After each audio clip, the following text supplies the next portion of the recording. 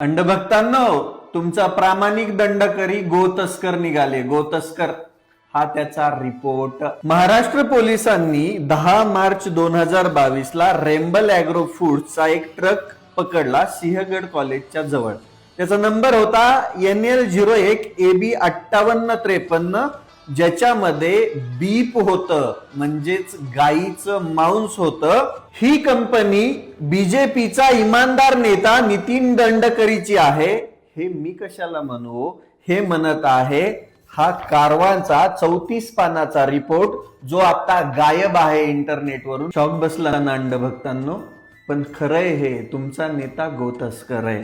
Truck पकडल्यानंतर company म्हणाली की हे गाईचे नाही तर म्हशीचं मांस आहे, म्हशीचं. पण न्यायाधीशांना या गोष्टीमध्ये संशय आला, कारण की हे जे मांस आहे हे हैदराबादवरून मुंबईला आणल्या जात होतं आणि ट्रक सोबत म्हशीचं मांस सांगणारं उत्तर प्रदेशच्या अलीगडच्या पशु चिकित्सालयाचं सर्टिफिकेट होतं, जे की सर्टिफिकेट असायला हवं होतं हैदराबादच्या पशुपालन अधिकाऱ्याचं, जे नव्हतं या ट्रक सोबत. म्हणून न्यायाधीशांना संशय आला आणि न्यायाधीशांच्या लक्षात आलं की कंपनी हे सिद्ध करू शकत नाहीये की हे मांस गाईचं नसून म्हशीचं आहे. ते कारवाने काढलेल्या रिपोर्ट मध्ये, जो आता इंटरनेटवरून गायब आहे, 34 पानाचा रिपोर्ट, कोणीतरी दबाव आणल्यामुळे त्या रिपोर्ट मध्ये रेम्बल या कंपनीचं नाव बदललंय आणि वेनाद फूड्स ठेवलंय. याचा सियान ॲग्रो सोबत डायरेक्ट संबंध आहे आणि सियान ॲग्रो कंपनी ही दंडकरीची आहे. हे सगळ्या जगाला माहितीये, जी इथेनॉल बनवते. याच्यावर आधीच व्हिडिओ बनवलेत. रिपोर्ट नुसार सियान ॲग्रोचा मॅनेजिंग डायरेक्टर निखिल गडकरी आहे, जो नितीन गडकरींचा पोरगा आहे. कारवांच्या रिपोर्ट नुसार रेम्बलच्या सगळ्या संचालकांना लोन हे नितीन गडकरीच्या कंपनीकडून किंवा फॅमिली कंपनीकडून किंवा नितीन गडकरी सपोर्ट करत असलेल्या कंपनीकडून देण्यात आलेलं आहे, जी गडकरी फॅमिली सोबत अटॅच्ड आहे. हेच लोन रुपी पैसे या बीफ कंपन्यांच्या संचालकांनी जुन्या आणि आत्ताच्या शेअर होल्डर्सनी गडकरीच्या सियान ॲग्रो मध्ये हे पैसे गुंतवणूक म्हणून लावलेले आहेत. थांबा, लय इंटरेस्टिंग आहे हे. गोमांस तस्करी करणाऱ्या रेम्बल ॲग्रोला सरकारी बँकांकडून मोठं लोन मिळालंय. त्या बँकेची अध्यक्षा कोण आहे माहिती का? नितीन गडकरींची बायको कंचन गडकरी. आता तुम्हीच ठरवा खरा गौतस्कर कोण आहे. माझ्या नजरेत अंडभक्तांचे हे नेते रूपी बापच गौतस्कर आहेत आणि त्याचे पुरावे हे आहेत.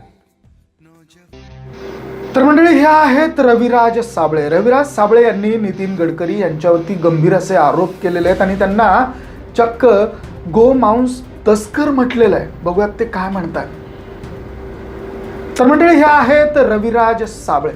रविराज साबळे यांनी नितीन गडकरी यांना गोमांस तस्कर असं म्हटलेलं आहे. त्यांनी ही जी काही संदर्भ दिलेले आहेत, हे संदर्भ तुमच्या लक्षात आलेच असतील. तर या संदर्भांचा निष्कर्ष काय, यातले महत्त्वाचे दुवे काय काय, यातल्या कुठल्या अशा महत्त्वाच्या गोष्टी आहेत ज्याच्यामुळे गडकरी यांच्या अडचणी वाढण्याची शक्यता आहे, बघूयात या व्हिडिओमधनं. तर मंडळी, रेम्बल ॲग्रो फूड्स ही बीफ गोमांस निर्यात करणाऱ्या कंपनीशी असलेल्या कथित संबंधावर हा सगळा प्रकाश टाकण्यात येतोय. यामध्ये कारवान या मासिकाच्या एका आता उपलब्ध नसलेल्या 34 पानांच्या शोधनिबंधाचा हवाला देऊन गंभीर असे आरोप करण्यात आलेले आहेत. तपास आणि कायदेशीर विसंगती याच्यामध्ये काय काय, तर याच्यामध्ये 10 मार्च 2022 रोजी महाराष्ट्र या सिंहगड कॉलेजच्या जवळ रेम्बल ॲग्रो फूड्स कंपनीचा एक ट्रक, ज्याचा नंबर हा NL01 AB 5853 पकडला, ज्यामध्ये गोमांस असल्याचा संशय होता. कंपनीने हे मांस म्हशीचं असल्याचा दावा केला, परंतु न्यायालयात यात संशय आला आणि मुख्य विसंगती अशी होती की हे मांस हैदराबादवरनं मुंबईला नेलं जात होतं, परंतु त्यामध्ये त्यासोबत असलेलं पशुवैद्यकीय प्रमाणपत्र हे उत्तर प्रदेशातल्या अलीगडचं होतं. नियमानुसार हे प्रमाणपत्र हैदराबादच्या पशुपालन अधिकाऱ्यांचं असणं अतिशय महत्त्वाचं होतं, जे या ट्रकसोबत नव्हतं. हा दस्तावेज भाजप नेते नितीन गडकरी आणि त्यांच्या कुटुंबाचा रेम्बल ॲग्रो फूड्स या कंपनीशी असलेल्या कथित संबंधांवरती प्रकाश टाकतो. 10 मार्च 2022 रोजी पकडण्यात आलेला एक ट्रक आणि या ट्रकच्या माध्यमातून सुरू झालेला हा तपास राजकीय नेते आणि गोमांस निर्यात करणाऱ्या कंपन्यांमधील आर्थिक हितसंबंधांचे गंभीर दावे करतो. तपशीलवार मुख्य मुद्दे जाणून घेऊयात. पहिला मुद्दा, 10 मार्च 2022 ची घटना आणि संशयास्पद प्रमाणपत्र. महाराष्ट्र पोलिसांनी 10 मार्च 2022 रोजी पुण्यातल्या सिंहगड कॉलेजजवळ रेम्बल ॲग्रो फूड्स या कंपनीचा एक ट्रक पकडला, ज्याचा क्रमांक NL01AB5853 होता. या ट्रकमध्ये गोमांस असल्याचं आढळलं. कंपनी ही मांस म्हशीचं असल्याचा दावा करत होती, परंतु कायदेशीर प्रक्रियेदरम्यान अनेक विसंगती समोर आल्या. प्रामुख्याने हे मांस हैदराबादवरनं मुंबईला नेलं जात असताना ट्रकसोबत उत्तर प्रदेशमधल्या अलीगड येथील पशुवैद्यकीय रुग्णालयाचं प्रमाणपत्र होतं. नियमानुसार हे प्रमाणपत्र हैदराबादच्या पशुसंवर्धन अधिकाऱ्याचं असणं अतिशय महत्त्वाचं होतं, आवश्यक होतं, ज्यामुळे न्यायालयाचा संशय हा बळावला असल्याचं समोर येतं. तर जप्तीचा तपशील, 10 मार्च 2022 रोजी ट्रक क्रमांक NL01AB5853 हा पकडला गेला. तो सिंहगड कॉलेज जवळच्या ठिकाणी पकडला गेला, जे की पुण्यामध्ये आहे. यामधली विसंगती अशी आहे की मांस हे हैदराबादचं आहे, पण प्रमाणपत्र उत्तर प्रदेशमधल्या अलीगडचं वापरलं गेलेलं आहे. कारवान अहवाल आणि गडकरी कुटुंबाशी असलेले आर्थिक संबंध द कारवान मासिकाने या प्रकरणावर 34 पानांचा एक सविस्तर अहवाल प्रसिद्ध केला होता, जो आता इंटरनेटवरनं गायब असल्याचं सांगितलं जातं. या अहवालानुसार रेम्बल ॲग्रो फूड्सचे नाव बदलून वेनाद फूड्स करण्यात आलं असून त्याचा थेट संबंध सियान ॲग्रो या कंपनीशी आहे. सियान ॲग्रो ही नितीन गडकरी यांची कंपनी असून तिचे व्यवस्थापकीय संचालक त्यांचे पुत्र निखिल गडकरी आहेत.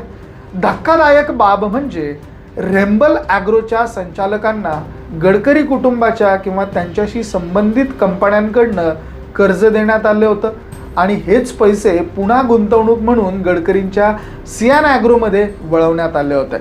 तर मंडळी, बँकिंग आणि कौटुंबिक सहभाग हा रेम्बल ॲग्रो फूड्सला सरकारी बँकांकडनं मोठी कर्ज प्राप्त झालेली आहेत.